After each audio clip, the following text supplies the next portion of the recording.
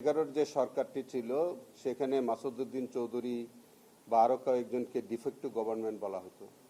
পুরো সরকারটাই তারা চালাতেন। তো সেই কারণে তখনকার সময়ে যে সকল অমানবিক ঘটনা ঘটেছে, মানবতা বিরোধী যেসব অপরাধ ঘটনা ঘটেছে, এগুলোর নেপথ্য মূল মহানায়ক তো ছিলেন তিনি। তো সেই কারণে আমরা জিজ্ঞাসাবাদ করেছি, যা তথ্য পেয়েছি, আরও হয়তো তথ্য পাওয়া যাবে এবং যে কথাগুলো তিনি আমাদেরকে বলেছেন সেগুলো আমরা যাচাই বাছাই করছি। যদি প্রয়োজন হয় তাকে আবার সেফ হোমে নিয়ে আমরা জিজ্ঞাসাবাদ করব। Thank you. আর যেটা হচ্ছে আজকে আমরা 1/11 সময় যে অভিযোগগুলো আছে এবং বিগত জুলাই আন্দোলনেও তার ভূমিকা আছে। তিনি ফ্যাসিস্ট শেখ হাসিনার অনেক কর্মকাণ্ডের সাথে তার সম্পৃক্ততা আছে। সবকিছুই আমরা খোঁজ খবর নিচ্ছি এবং আমরা ইনভেস্টিগেশনে নিয়ে আসতেছি সবকিছু। আমরা যখন ইনভেস্টিগেশনে আমরা তার বিরুদ্ধে যখন টোটাল অভিযোগটা ফর্মুলেটেড হবে তখনই আমরা পূর্ণাঙ্গ রিপোর্ট সম্পর্কে আপনাদের কাছে বলতে পারবো।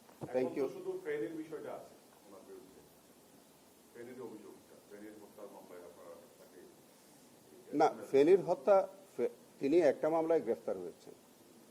সেই সূত্র ধরে আমরা আমাদের কেসে আমাদের আওতায় তাকে নিয়ে এসেছি।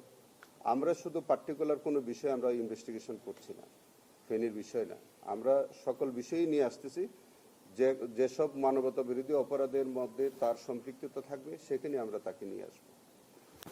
আর হচ্ছে আজকে বিডি কেস নাম্বার 3/2026 যে মামলাটিতে আমাদের এই মামলায় শেখ ফজলুর তাপস সহ 28 জন আসামি।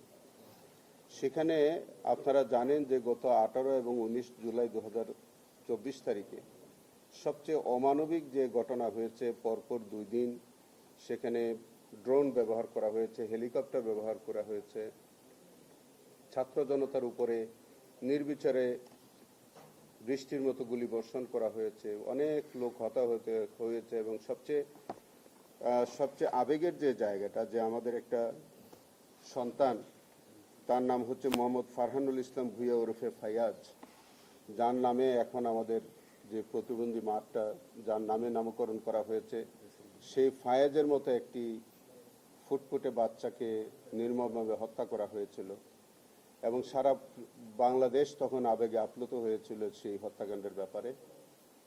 এই ঘটনার মধ্যে একটা উল্লেখযোগ্য বিষয় হচ্ছে, আপনারা নিশ্চয়ই অবহিত আছেন, সেখানে আমাদের তৎকালীন প্রধানমন্ত্রী শেখ হাসিনা এবং দক্ষিণের মেয়র জনাব তাপস, তাদের মধ্যে তারা সেখানে ফুফু ভাইপু, তো তাদের মধ্যে একটা টেলিফোনিক কনভারসেশন ছিল, যেটা ছিল অত্যন্ত ভয়াবহ, সেটা ভাইরাল হয়েছিল।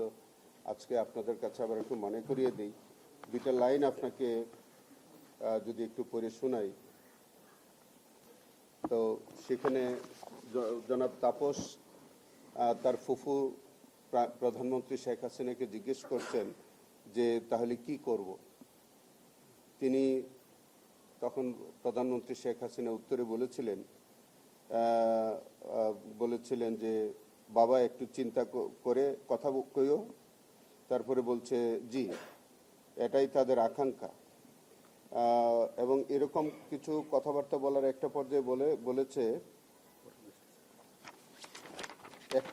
বলেছে আমার নির্দেশনা দেওয়া আছে, ওপেন নির্দেশনা দিয়ে দিছি, এখন লেথাল উইপন ব্যবহার করবে, যেখানে পাবে সোজা গুলি করবে। এই যে একটা ভয়াবহ সিদ্ধান্ত, একটা সরকার প্রধান যিনি এই দেশের মানুষের অভিভাবক ছিলেন, ছাত্র জনতার মাতৃতুল্য যে নেত্রী ছিলেন, যার উপরে মানুষের এত আশা ভরসা ছিল, হয়তো এই দেশের ছাত্র জনতা কোনোদিন চিন্তা করে নাই তিনি এইরকম একটা সিদ্ধান্ত বা এইরকম একটা হুকুম তিনি দিতে পারেন। তিনি আন্দোলন দমনে চেষ্টা করতে পারেন বা তিনি রাষ্ট্রীয় নানান কলাকৌশল ব্যবহার করতে পারেন, কিন্তু আমি ওপেন নির্দেশনা দিয়েছি, লেথাল ওপেন ব্যবহার করবে, সোজা গুলি করবে, এইরকম একটা অমানবিক বা ভয়াবহ একটা আদেশ, যার ফলশ্রুতিতে আপনারা দেখবেন এরপর থেকেই সারা বাংলাদেশে, শুধু মোহাম্মদপুর এলাকায় না, সারা বাংলাদেশে লেথাল উইপন ব্যবহার করার প্রবণতা বেড়ে গেল এবং নির্বিচারে পুলিশ ছাত্র জনতাকে গুলি করে হত্যা করা শুরু করলো। কয়েক হাজার মানুষ শহীদ হলো। তারই মধ্যে মোহাম্মদপুরে আমাদের ফায়াজ সহ অনেকেই হতাহতর শিকার হলেন। তো সেই মামলাটি, এইটাতে আমাদের সুপিরিয়র কমন রেসপন্সিবিলিটি আমরা পেয়েছি, আমরা ইন্ডিভিজুয়াল রেসপন্সিবিলিটি পেয়েছি, আমরা টার্গেটেড কিলিংয়ের অফেন্স পেয়েছি এবং সেখানে সর্বোপরি আমরা যে বিষয়টা আমরা দেখতে পেয়েছি সেখানে হচ্ছে যে এই যে আমাদের সারা বাংলাদেশে শুধু এই ঘটনার মধ্য দিয়ে শুধু মোহাম্মদপুরে এই ঘটনাটা ঘটে নাই, সারা বাংলাদেশে তখন একটা যে জেনোসাইড হলো, এইটার দায় এই আসামিদেরকে অবশ্যই বহন করতে হবে। আজকে আমাদের অনারেবল ট্রাইব্যুনালে চার্জ গঠন হয়েছে। আগামী 8-6-26 তারিখ থেকে সাক্ষ্য কার্যক্রম শুরু হবে। আমরা সাক্ষীর কার্যক্রম শুরু করব। দোয়া করবেন যাতে এই কেসটি আমরা যথাযথভাবে শেষ করতে পারি।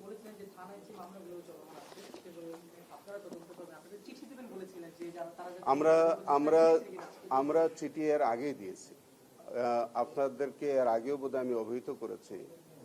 ইতিমধ্যে আমার কাছে ঢাকা শহরের প্রায় 600-700 মামলার কপি আমার কাছে অলরেডি এসছে, কিন্তু আমাদের সময় এবং লোকবলের অভাবের কারণে এগুলি একটু যাচাই বাছাই করা আমাদের সম্ভব হচ্ছে না। আমরা যাচাই বাছাই করে যে কেসগুলো এই ট্রাইব্যুনালের এখতিয়ারাধীন মনে হয়, যেগুলো আমাদের এখানে তদন্ত হওয়া প্রয়োজন বা যেগুলো আমাদের এখানে বিচার্য, এগুলি আমরা রাখবো। আর যেগুলি এই ট্রাইব্যুনালের আওতায় আসে না সেগুলি আমরা ফেরত দিয়ে দিব।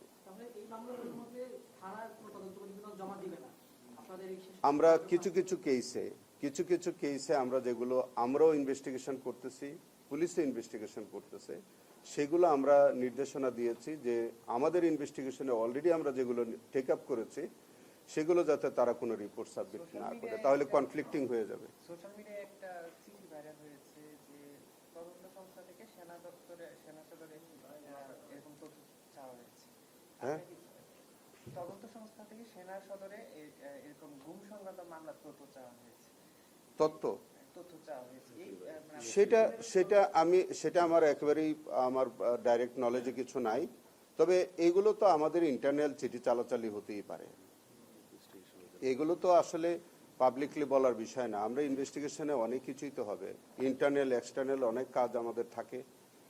আমরা গুম সংক্রান্ত, ক্রসফায়ার সংক্রান্ত, বৈষম্য বিরোধী ছাত্র আন্দোলন সংক্রান্ত অনেক কার্যক্রম আমাদের ভিতরে থাকে, এগুলো পাবলিকলি তো বলা মুশকিল। Thank you.